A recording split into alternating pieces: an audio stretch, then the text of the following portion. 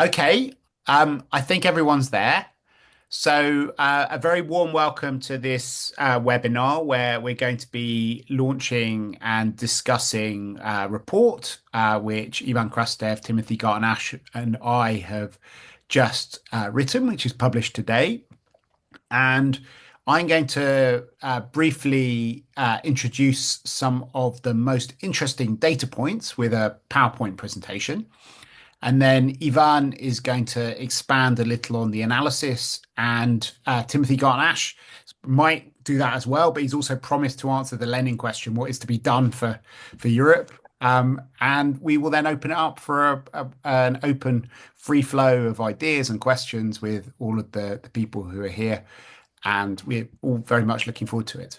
So, without further ado, I'm just going to launch my PowerPoint, and hopefully people will be able to see this. And the report which we're talking about, as I said, is based.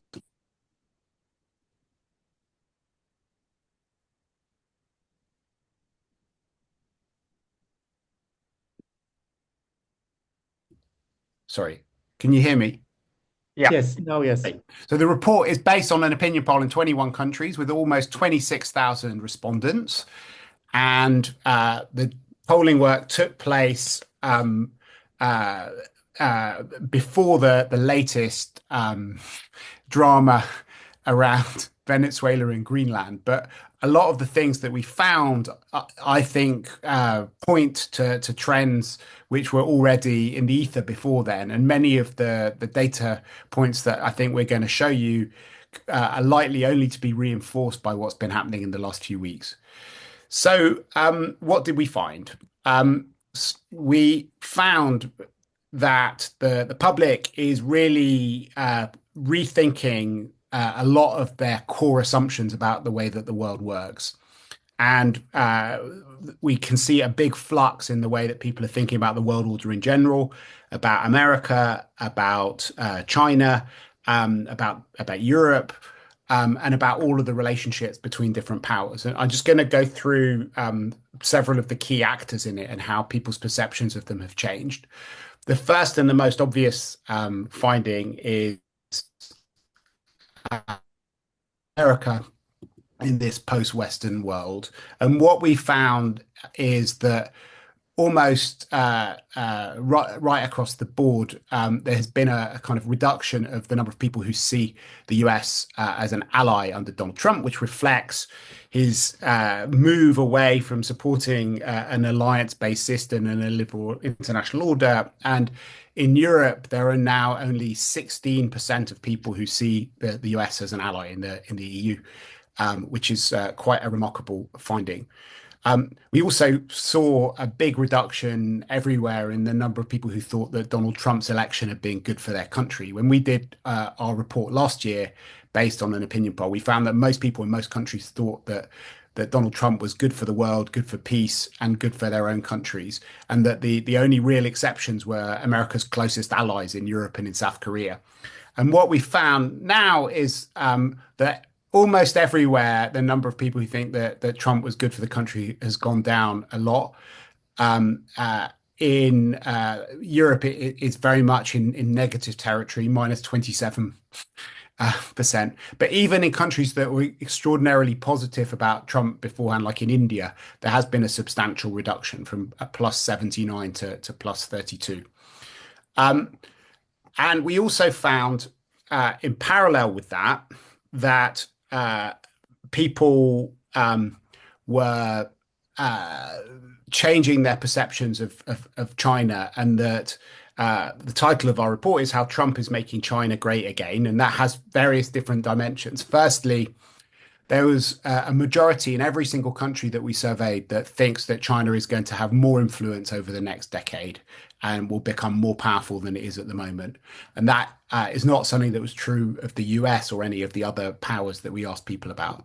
Secondly, we asked about whether China was going to be a dominant player in different areas, particularly looking at electric cars and green technologies. And we found a large number of people who saw China as the kind of dominant player in these technologies of the future. But maybe the most interesting finding is that as China's power grows, a lot of people thought that this would repel many people and lead them to turn away from China and to want to balance against it. But in fact, the opposite seems to be happening. That most people around the world think that their relationship will only get stronger with China in the future rather than weaker. And even in countries which are more balanced, in almost all the countries that we polled, there are more people who think that their relationship will stay where it is or get stronger rather than get weaker.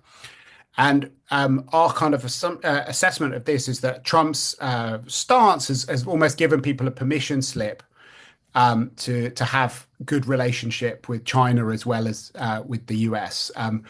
Under Biden, increasingly people were framing a world split between democracies and autocracies, and there's an idea that we're in a new Cold War where people would have to choose. And what we found in our polling is that in many key countries, people thought that should be possible to have a good relationship with both China and the US.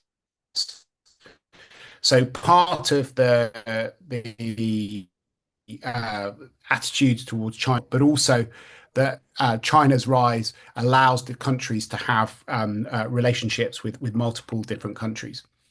One of the most striking things which we've been polling about is whether people, if they had to choose ultimately between being in an American bloc or a Chinese bloc, who would they choose?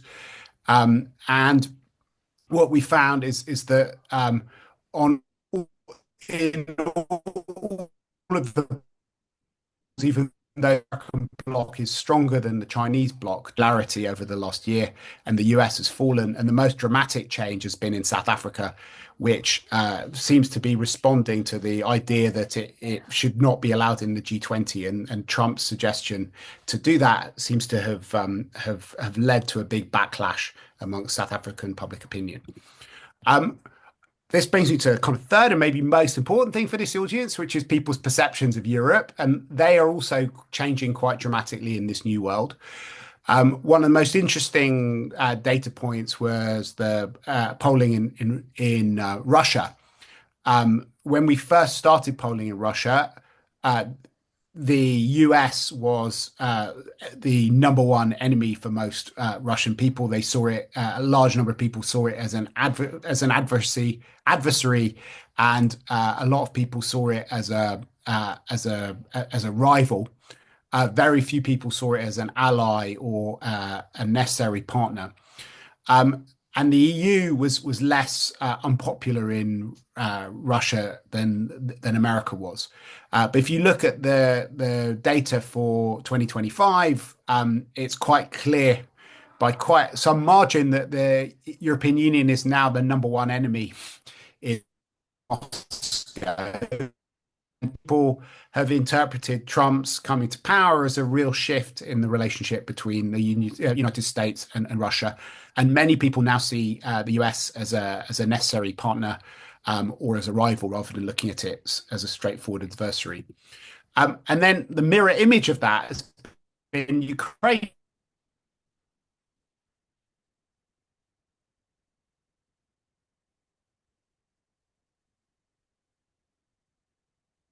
It's very clear that a shift and a growth in the number of people looking at the European Union as an ally, and the US is being seen more as a necessary partner than as an ally of Ukrainians.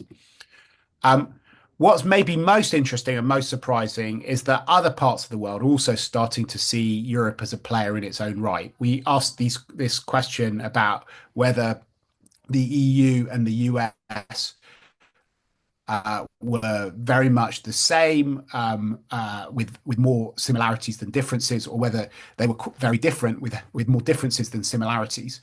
And we gave different powers around the world a chance to comment on that. And it's quite striking that there has been a shift in China with more people looking at Europeans as independent actors, which are more different than similar to the United States of America. Um, I'll end with some kind of findings on what we found about Europeans' perceptions of themselves. And what we found is that something very striking that whereas Europeans are obviously quite clear-sighted about the role that America plays in the world and how dangerous their position is, the Europeans are much more pessimistic about their own power than many other parts of the world are about Europe. But what's striking about this is that they've become even more pessimistic over the last year. And we had this question that we've asked about whether the EU is a power that can deal on an equal basis with other global powers like China and the US. And when we asked this a year ago, there was almost direct, exact split between people who thought that the EU was a power and those who thought it wasn't a power. But now, those who do not think that the EU is a kind of power on the global stage outnumber those who think that it is.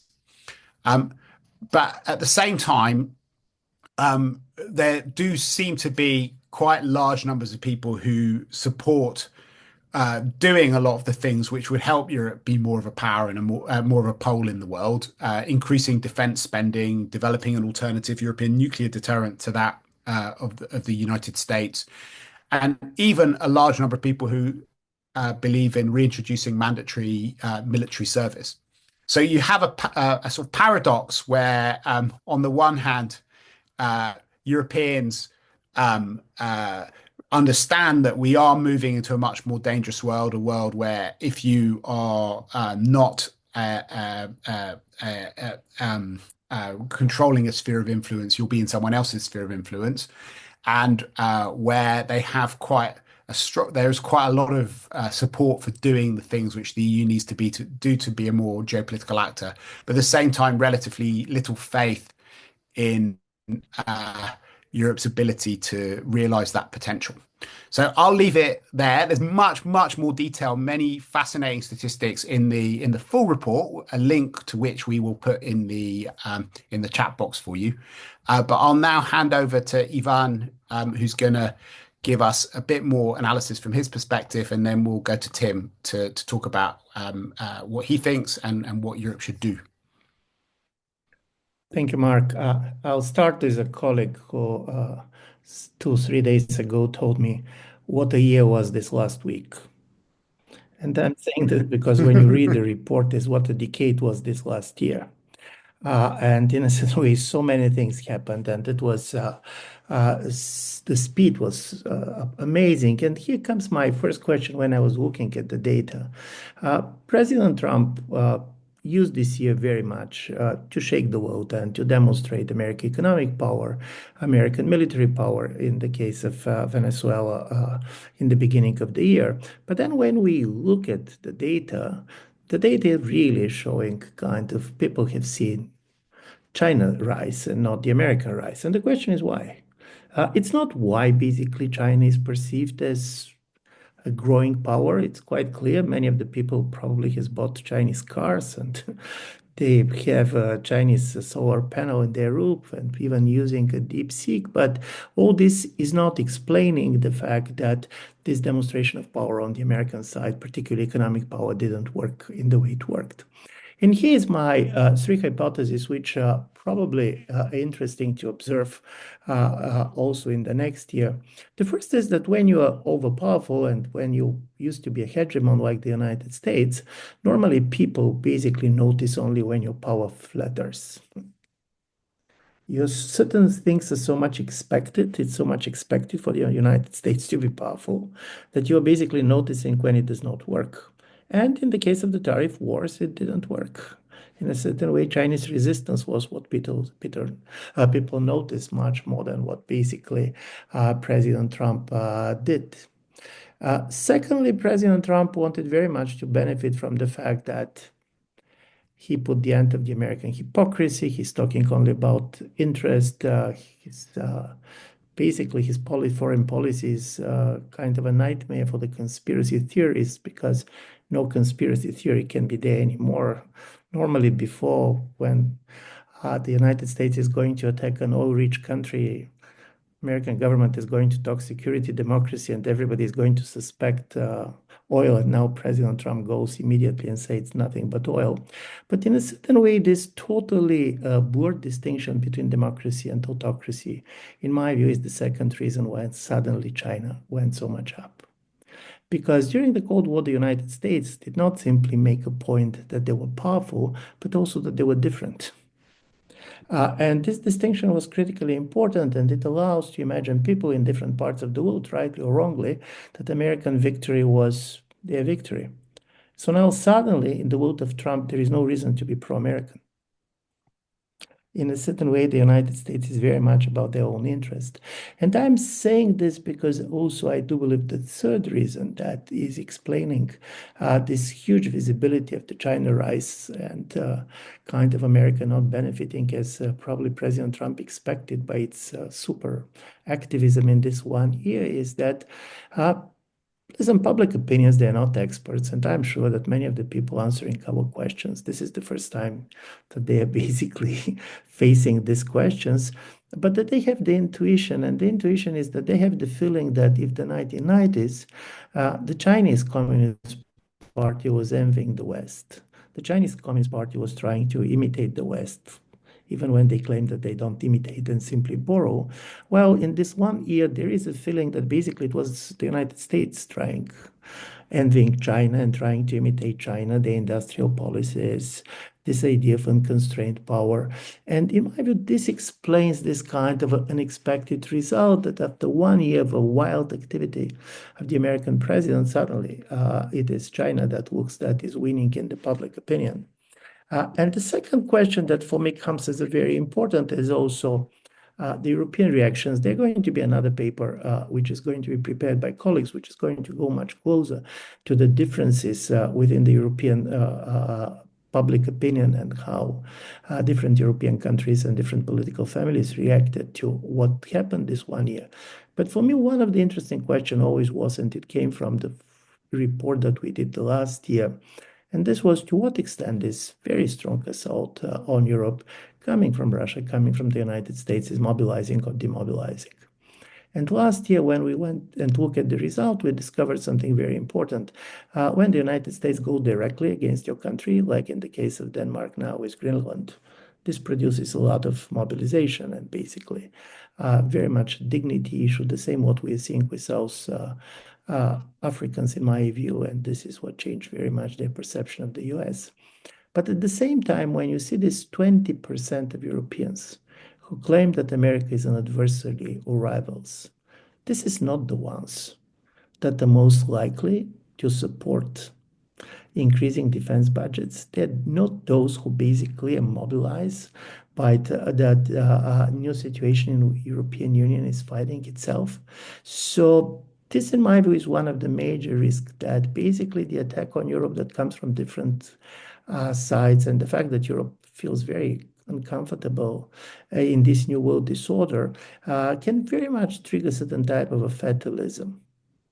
And how to deal with this, in my view, is going to be the major question which political leaders are going to face. And before going to Tim Gartanash, which is really going to try to give some suggestions how you're reacting in a situation like this, I'll try to make one major distinctions between some of the other middle powers, global middle powers, countries like India, like Brazil, and the European Union.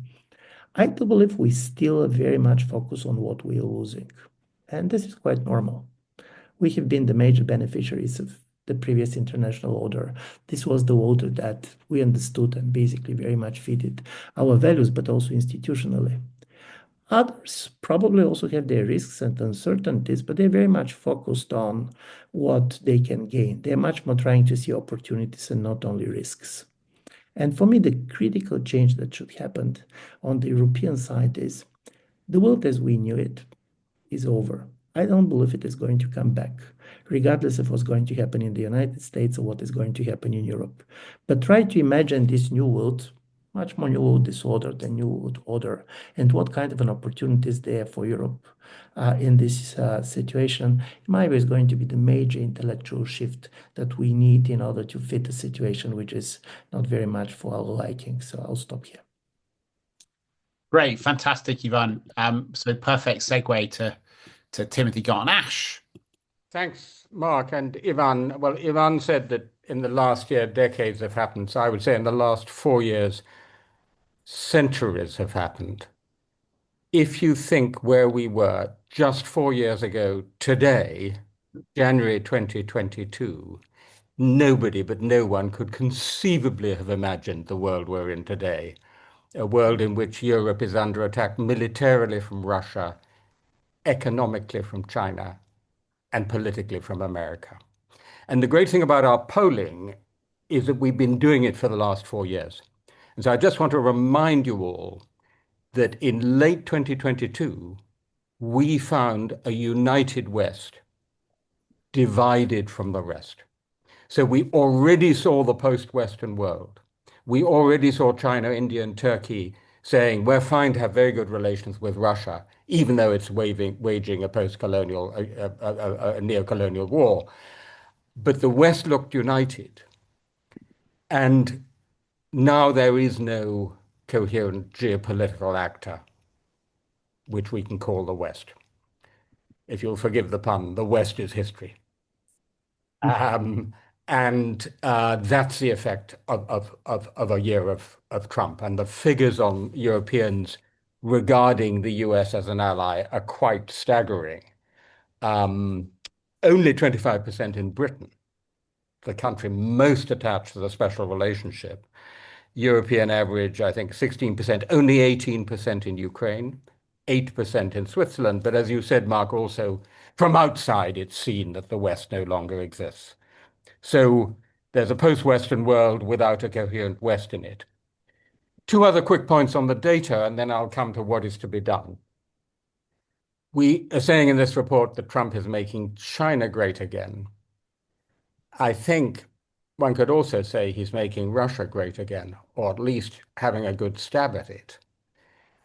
Because if any other powers in the world had any doubts about having a close relationship with Russia because of what they're doing in Ukraine, if the United States starts behaving like Russia, there's absolutely no reason not to have a good great power relationship with Russia.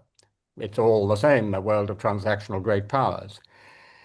Third point on pessimism, just to highlight one area in which Britain is absolutely world-beating, to use a favorite word of Boris Johnson. Do you know who the world's leadest pessimists are in our poll? The British. It's stunning. Only 9% of Brits say they are optimistic about their country, well below even the Europeans. So that's what I'm saying. Now, on what is to be done, listen, I think, and it'd be interesting to hear Van and Mark on this, that our polling over the last few years has shown what you, Mark, called a paradox, but one might also call it confusion. People are disoriented in Europe. They're self-doubting. So last year they said, yes, maybe the EU is a power that can speak as an equal to China and the United States. But an awful lot of people also said the EU might fall apart in 20 years. Now we have this, as well as Ivan said, sort of fatalism about Europe's ability to hold its own, but also a really strongly expressed desire that Europe should. I mean, the figures that you showed us briefly, just to remind you, more than half respondents in the EU saying we need to spend more on defense. 45% saying we need conscription, mandatory military service. That's absolutely extraordinary. 47% saying we need an independent European nuclear deterrent. So as it were, the populations, in some sense, our societies are ahead of us in understanding that we're in a completely new world and that Europe has to do things differently. Now, what is to be done, and you're going to have to forgive me, because if anyone has read my column in The Guardian today or Decide, you're going to know what I'm going to say. But let me just give the headline of it. I think we need a new kind of internationalism. no longer harking back to rules-based international system, no longer focused on structures and alliances and process. And as Germany would have been 4 years ago, it's all about the NATO and EU, um, but faster, harder edged, more pragmatic, more flexible, less about rules, more about results, less about process, more about progress, uh, looking for partners wherever we can find them from issue to issue. So, still internationalism, not behaving as a transactional great power among other transactional great powers, but a new kind of internationalism. And here's the good news. I think one could argue that's what we've been beginning to do in relation to Ukraine. The coalition of the willing, plus an EU moving at warp speed for Brussels on support for Ukraine. That is something strikingly new. And if Europe were capable of demonstrating that it could keep Ukraine in the fight and sustain some version, some credible version of Ukrainian sovereignty and independence effectively without support from the United States, then I think that would start to convince European publics that Europe can actually do it, that there are some answers. Second example, from the last decade, i.e., the last week, Greenland. I mean, impressive speed of response in support of Denmark and Greenland. Germany, France, Sweden, and others already sending token forces there, ostensibly for the security of the High North, but obviously also as a kind of tripwire against American intervention. So, in short, my answer is just do it. I think that if Europe as a whole can demonstrate that it can practice this new internationalism for Ukraine, for Greenland, and in a couple of other cases, perhaps in economic relationships with China, then our findings next year may show a bit more European optimism. Great. Thank you very much. The cure to Eurofatalism. Um, what I'd like to do now is open up the discussion to questions and comments from other people. Some people have already been writing some comments in the Q&A box. But people can also ask these questions orally. But why don't we start with some of these questions in the chat box? So should we? Um, uh, so the first question was from Iris Kemper, who says, "What about regional opinion and support from Europe? What about European city support? For example, Berlin, Brussels, and their regional players." I don't know if Tim or Ivan wants to answer that one. But this is going to be very much in the next report, which is going to focus on Europe. And then we're going to see some regional differences because, for example, what we already have seen in the data, when we have the people who very much support increasing the defense spending, they could be two different rationales. One can do it because they want to please the United States and believing that this is the only way to keep Americans in Europe. The other is because you understand that you cannot rely on the United States, and this is why you need basically a defense capabilities of its own. It very much is different in different parts of Europe, and of course there was major, at least some East-West divide, which was seen in the data. But the colleagues are going to write a special report focusing just on the European data. So then we probably are going to know more about how big cities versus the other parts of the countries are responding to these questions. So the second question from Isabella Predko, maybe designed for you, Tim. It's asking how Europe can rebuild a cohesive identity narrative in the face of fragmentation and great power competition, which is something that you've written and thought a lot about. Well, of course, ECFR has played a big role created a shared European strategic culture. But in a way, this simplifies the matter because Europeans now realize that in a really important sense, we are on our own with the Canadians and with the Australians and with the New Zealanders. And therefore, that great divide, which has plagued European identity debates since 1945 between Euro-Atlanticist and Euro-Gaullist, is in effect being dismantled before our eyes by the United States.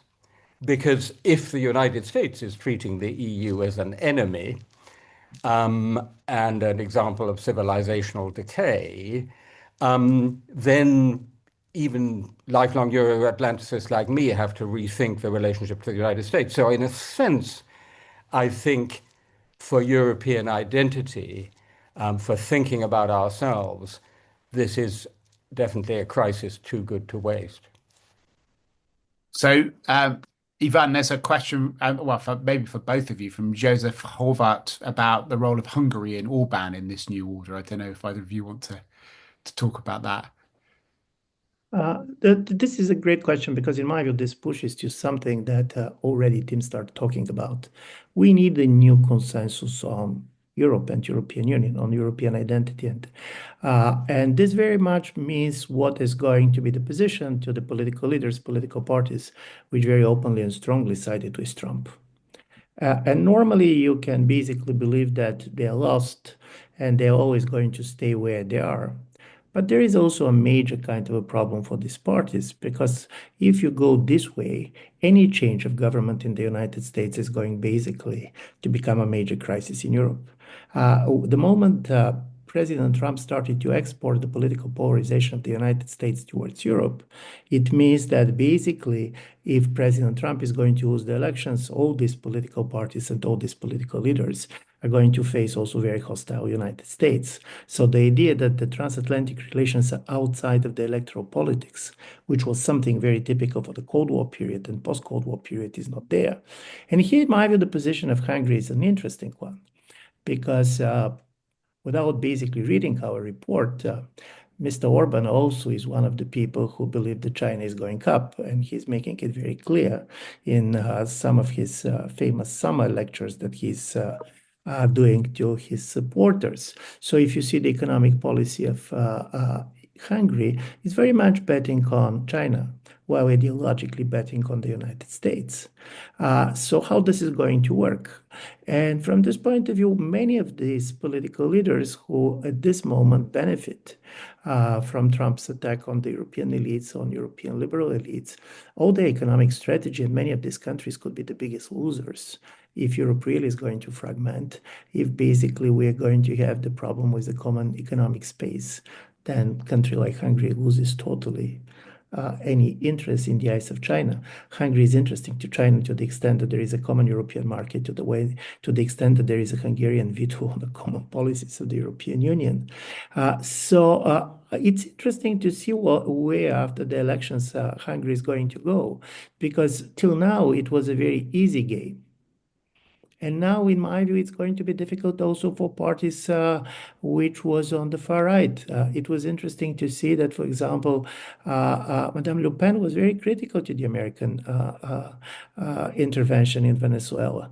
Many of these parties are trying to understand and to what extent their ideological loyalty to the American conservatism really go very much with their European identity and also with the national interest of their countries. So in my view, particularly if we're going to have a democratic victory in the midterm elections in the United States, we are going to enter a year in which all major European consensuses are going to be redefined, and in a certain way, they're going to be there or not there. And I very much agree with Tim Garton-Ash. One of the things in this new world is that the dogma and the religious view of European unity is not going to be there anymore.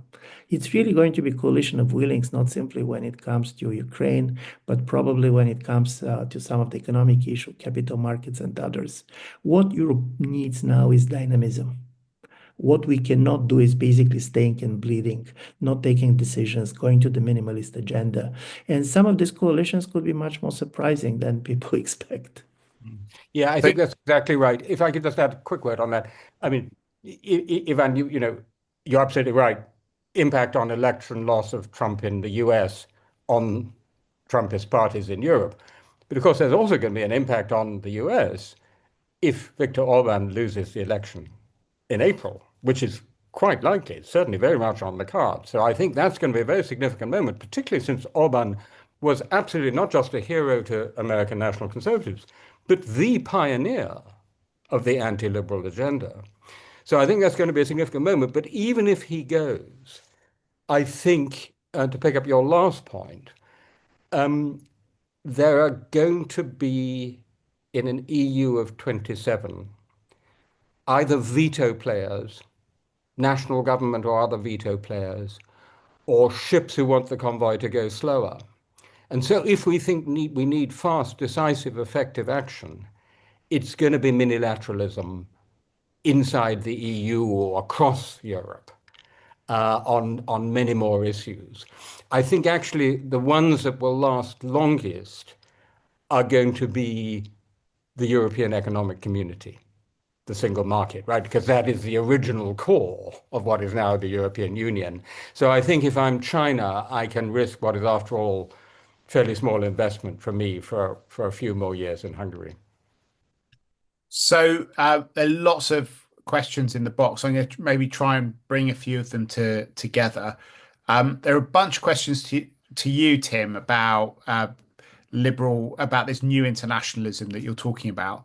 One person, Svancher, asked who you think embodies that spirit right now in the current roster of European leaders. And then both Phyllis Berry and Asla Aydin Tasbash were asking you, how is it different from power politics? To what extent is it kind of somewhat values based?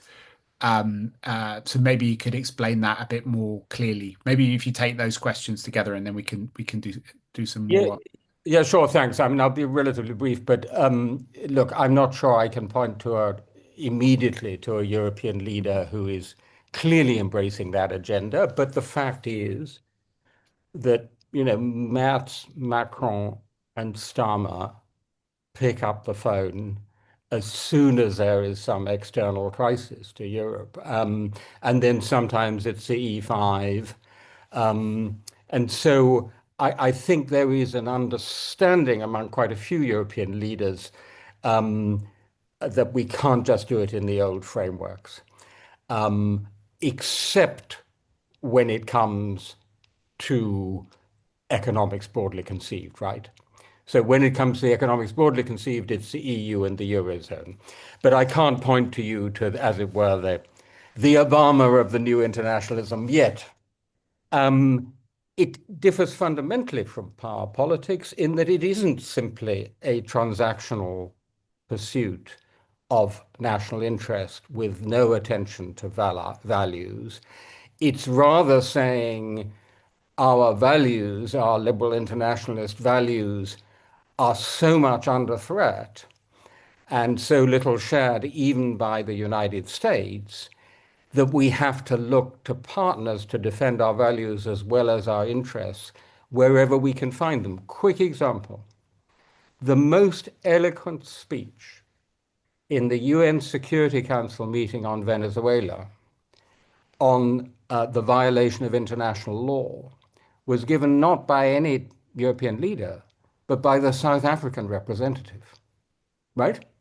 So when you have an ally on that particular issue, then you work with South Africa, then you work with Brazil, then you work with India. So rather than thinking of permanent constellations of allies, you're thinking from issue to issue who we can work with. Coalitions of the willing. Yeah, but a coalition of the willing is a semi-permanent thing. It now is, stands up there on big, backdrops as if it's a formal thing. This may literally be from issue to issue. Um, Ivan, there's one person asked a question about American soft power. What's left of that? Listen, one of the interesting story about soft power always was that it is not owned by the government. So, which does not mean that many people in the world stop listening to the American music or, in a certain way, watching American films. But the truth is that Trump is telling a story about different America. He's trying to redefine American exceptionalism on power lines. America is exceptionally powerful. And listen, America is exceptionally powerful. What happened in Venezuela in 4 hours, the Russians cannot achieve in 4 years. But it's not enough. And in my view, the most important story, which probably President Trump is going to realize at some point, is that you can be very powerful. Power, of course, breeds obedience. Power breeds conformism, but power does not breed loyalty. You normally need alliances, not because you're powerful, but because there are going to be a moment of crisis of your power, like with the United States in the 1970s. And here, then, I do believe that in a certain way, America is going to see the costs of the damage of the American soft power. Listen, people even, and this was very clear in the case of Iran, uh, regardless of everything, regardless of the power language, people still believe that the American government is going to act when they see people on the streets shouting freedom. And by the way, I don't know to what extent this was a good policy or bad policy for the United States to react. But one thing is that if you are totally not interested how the other parts of the world feel, if you try to make a point, then your soft power is really going to be diminished. Because soft power is also based on the idea that there is some universalist sentiment. There's certain type of universalist norms, and they go beyond it. It's not about laws. It's not about institutions. It's about certain type of an empathy with a certain type of a people. And this is, in my view, the real problem. Of course, America is not only Trump. And of course, people are very much watching also what is happening in the United States itself. But my take on what is happening in the world is that almost everywhere, we are trying to basically rebuild our identities. Everybody is asking themselves, who are we? This is true for America. This is true for Europe. To be honest, this is true for India. This is true for Turkey. And some of the answers probably we're not going to like, but still, we're in the period of asking. So Asla asked a question which follows on very directly from that. She said, great analysis from Tim on the death of the idea of the West, which had been a common theme in the global South, but now spreading elsewhere. The irony is Trump and MAGA in their own way have a definition of the West, which is racial and religious. The danger is the rebirth of the West in Europe along those lines. Tim, do you want to address that? Yeah, great comment. Just a quick comment on soft power. Just to add to what Ivan said, it's not just that we don't think the US is going to stand up for people when they're shouting freedom on the streets of Tehran or Minsk. It's that people are being shot on the streets of Minneapolis when they're shouting freedom. I mean, the way the Trump administration is treating its own citizens. And I think American soft power is going to have enormous difficulty recovering because to most Europeans, including myself, American society, with its inequality and its violence, is just so profoundly unattractive.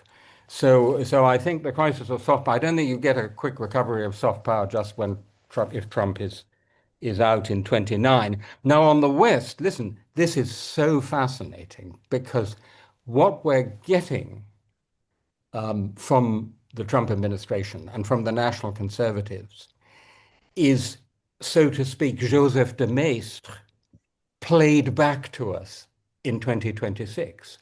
It's a classic European anti-liberal reactionary discourse, which is now being played back to Europe.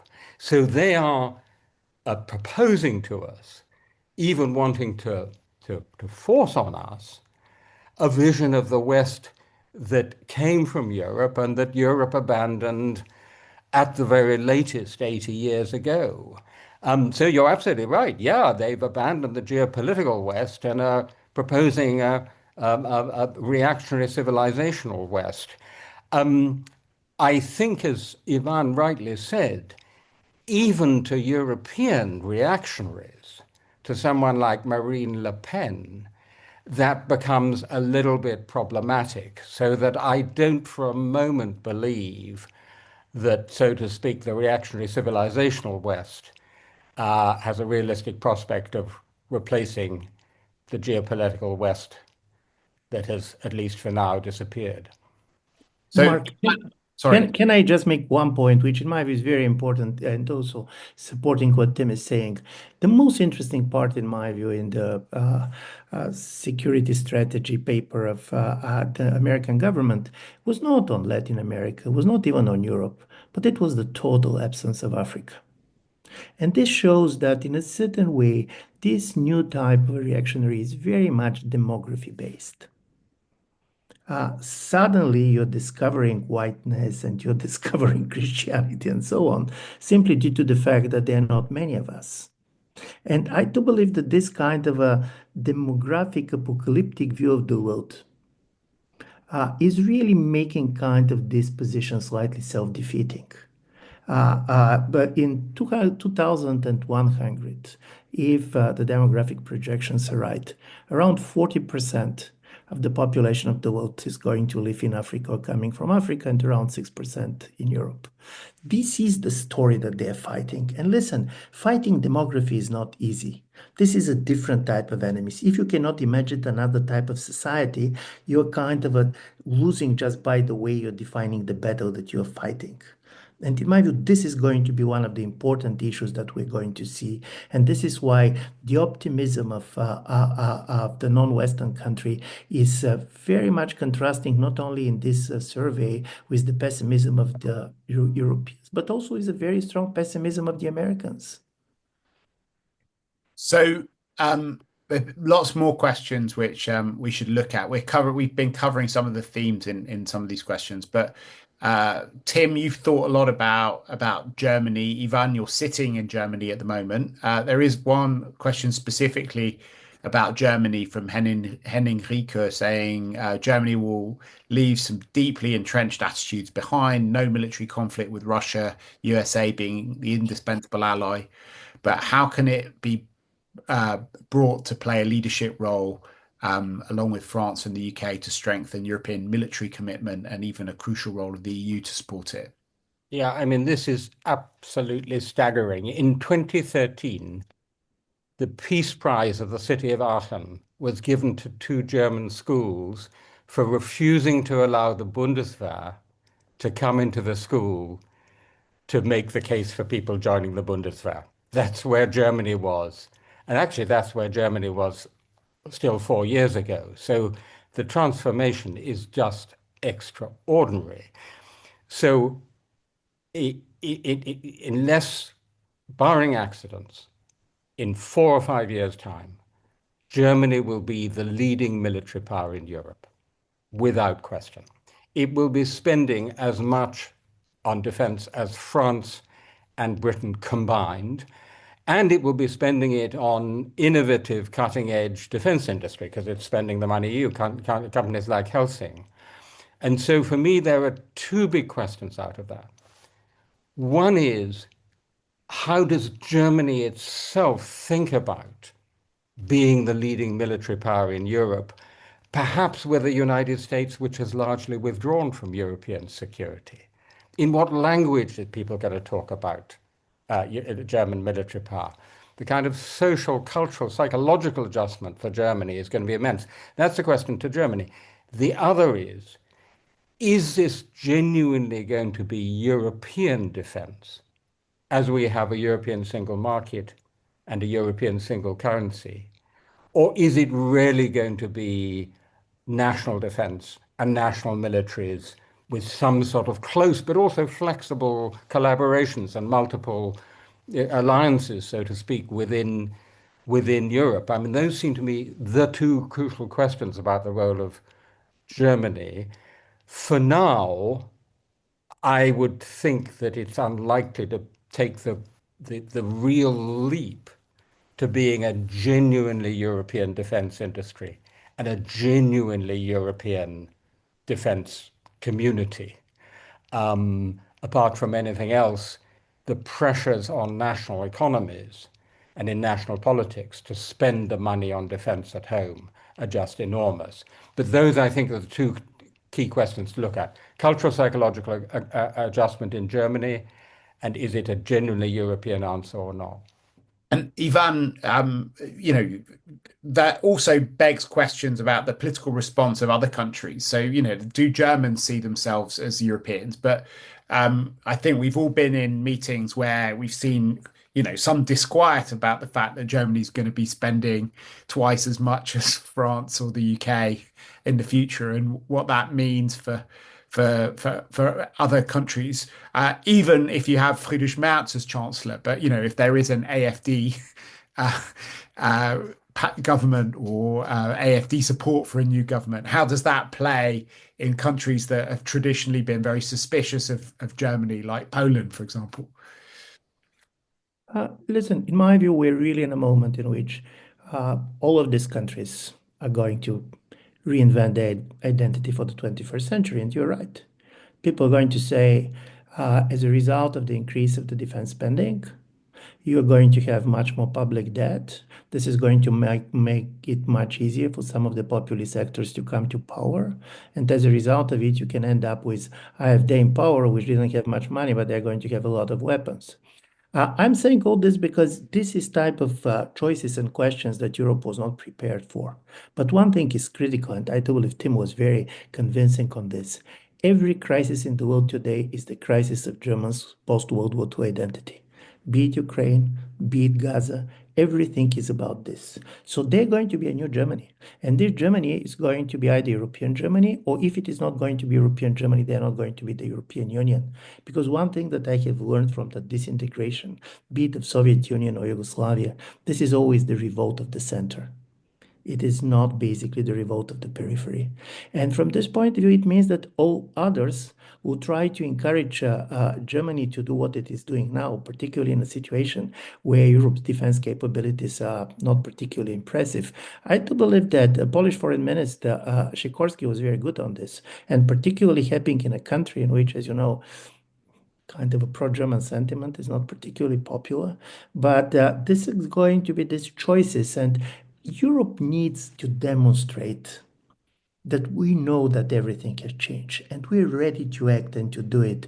For the last year, probably part of the pessimism of the Europeans come from the fact that for good tactical reason and in order to buy time, Europe said we have a choice between being fools and pretending to be fools, buying time and doing things, or just hoping that everything is going to change. Trump is going to change, or America is going to come back where it is.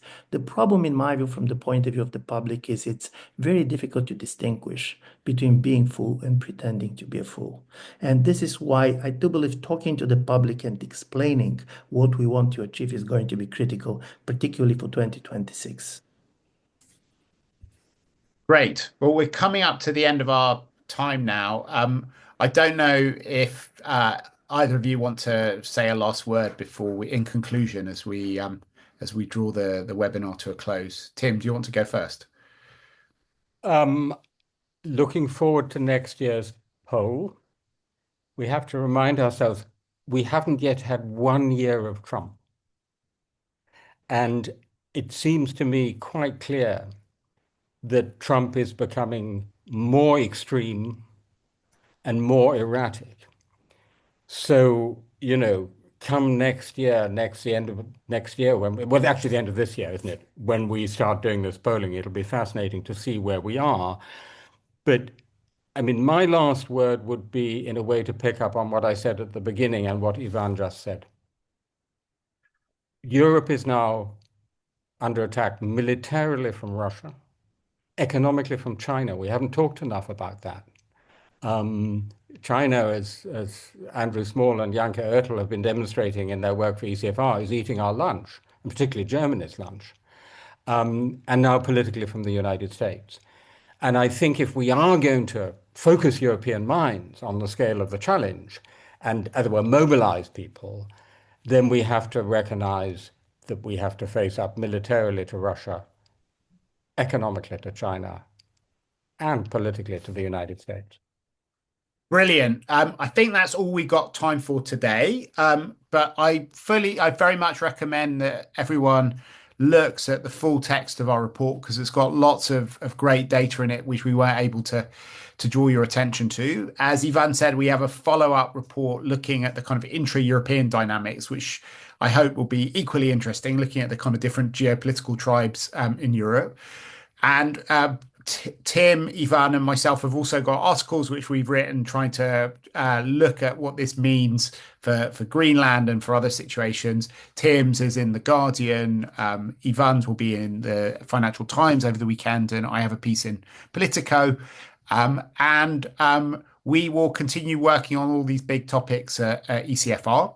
If you're getting a little bit depressed, I have a book coming out in late April called Surviving Chaos: Geopolitics When the Rules Fail, which explains how we can find a way through this very, very perplexing and All difficult the answers. world that we're in.